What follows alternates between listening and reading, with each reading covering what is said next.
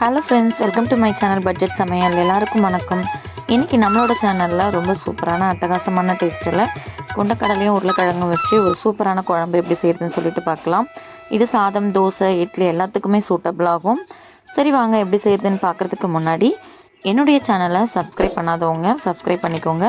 பக்கத்தில் இருக்க பெல் ஐக்கானை கிளிக் பண்ணிக்கோங்க. ஸோ அப்போ தான் நான் போடுற வீடியோ உடனுக்குடனே உங்களுக்கு வரும். வாங்க வீடியோக்குள்ளே போகலாம்.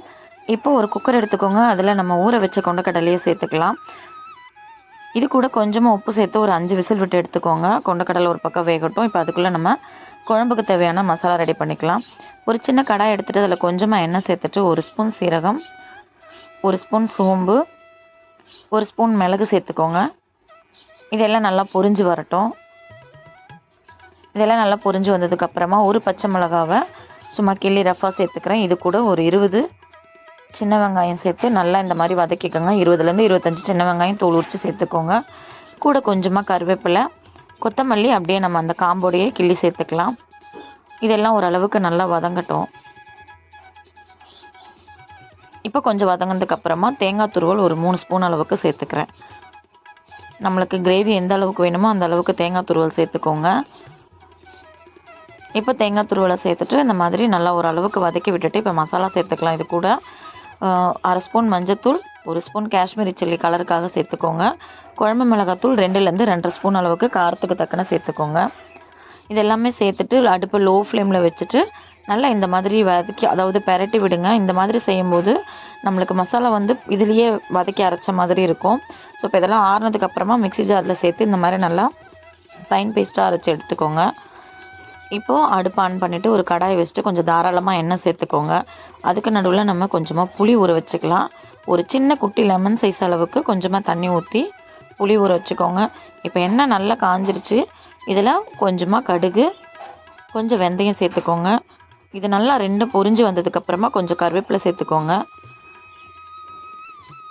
இப்போது ஒரு பெரிய வெங்காயத்தை நல்லா நைஸாக கட் பண்ணி வச்சுருக்கேன், அதாவது சின்ன சின்னதாக. அதை சேர்த்துட்டு நல்லா வதக்கிக்கலாம். வெங்காயம் நல்லா வதங்கட்டும். வெங்காயம் நல்லா வதங்கி இந்த மாதிரி வந்ததுக்கப்புறமா ஒரு 1/2லேருந்து 3/4 ஸ்பூன் அளவுக்கு இஞ்சி பூண்டு சேர்த்துக்கோங்க.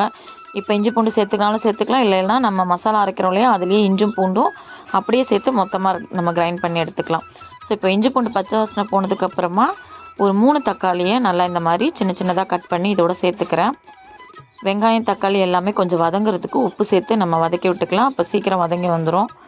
ஸோ இப்போ இது ஓரளவுக்கு நல்லா வதக்கிட்டு மூடி போட்டு ஒரு 2 நிமிஷம் நம்ம கொஞ்சம் குழைய வதங்க விடலாம். அப்போ தான் குழம்பு நல்லா டேஸ்ட்டாக இருக்கும். ஒரு 2 நிமிஷம் கழித்து மூடியை ஓப்பன் பண்ணி இந்த மாதிரி கொஞ்சம் நல்லா வதங்கி வந்ததுக்கப்புறமா ஒரு 2 பெரிய உருளைக்கிழங்கு இந்த மாதிரி சின்ன சின்னதாக கட் பண்ணி சேர்த்துக்கோங்க.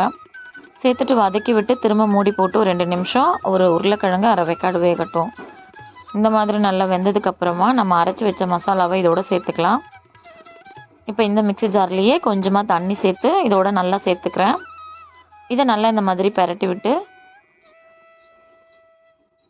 கொஞ்சம் நல்லா இந்த மாதிரி கிண்டி விடுங்க.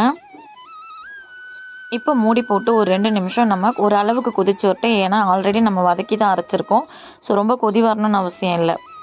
இப்போது திரும்ப ஒரு 2லேருந்து ஒரு 3 நிமிஷத்துக்குள்ளே நம்ம ஓப்பன் பண்ணி பார்த்தா இந்த மாதிரி கொஞ்சம் கொதி வந்திருக்கும். இப்போ நம்ம வேக வச்ச கொண்டக்கடலையை அதே தண்ணி உப்போடையே சேர்த்துக்கலாம். நம்ம இன்னும் குழம்புக்கு தேவையான உப்பு சேர்க்கல, ஏன்னா நம்ம இந்த தண்ணியில் உப்பு இருக்கிறதால. ஸோ நம்ம உப்பு டேஸ்ட் பண்ணி பார்த்துட்டு எவ்வளோ வேணுமோ சேர்த்துக்கலாம். சரியா? இப்போ நம்ம பருப்பு சேர்த்ததுக்கப்புறமா, அதாவது கொண்டக்கடலை சேர்த்ததுக்கப்புறமா இப்போ நம்ம ஒரு சின்ன நெல்லிக்காய் அளவுக்கு புளி ஊற வச்சுருந்தோம் இல்லையா, அதை நல்லா இதில் கரைச்சி சேர்த்துக்கலாம். நான் அதே புளியை 2 தடவை தண்ணி ஊற்றி இந்த மாதிரி கரைச்சி சேர்த்துக்கிட்டேன். ஏன்னா அப்போ நம்ம குழம்புக்கு தேவையான அளவுக்கு தண்ணியும் இதில் சேர்ந்த மாதிரி ஆகிடும். ஸோ இப்போ மூடி போட்டு ஒரு 5 நிமிஷம் நல்லா கொதிக்க விடுங்க. ஒரு 5 நிமிஷம் ஆகிடுச்சு. குழம்பு நல்லா சலசலன்னு கொதி வந்துடுச்சு, எண்ணெயும் பிரிஞ்சு வந்துடுச்சு. நல்லா கமன்னு வாசனையாக இருக்கும். ஸோ இந்த குழம்பு இதே மாதிரி நான் சொன்ன மாதிரியே ட்ரை பண்ணி பாருங்கள். ரொம்ப டேஸ்ட்டாக இருக்கும், அருமையாக இருக்கும். ஒரே மாதிரி செய்யாமல் இந்த மாதிரி டிஃப்ரெண்ட் ஸ்டைலில் செய்து கொடுங்க. கண்டிப்பாக சூப்பராக இருக்கும். இது சாதம், தோசை, இட்லி இந்த மாதிரி எல்லாத்துக்குமே ரொம்ப சூட்டபுளாக இருக்கும். இதே மாதிரியே ஒரு வாட்டி செய்து பாருங்கள். எப்படி இருக்குன்னு சொல்லிவிட்டு எனக்கு கண்டிப்பாக கமெண்ட் பண்ணுங்கள். இந்த வீடியோ பிடிச்சிருந்தா ஒரு லைக் போடுங்க. மறக்காமல் சேனலை சப்ஸ்கிரைப் பண்ணிக்கோங்க. தேங்க்யூ.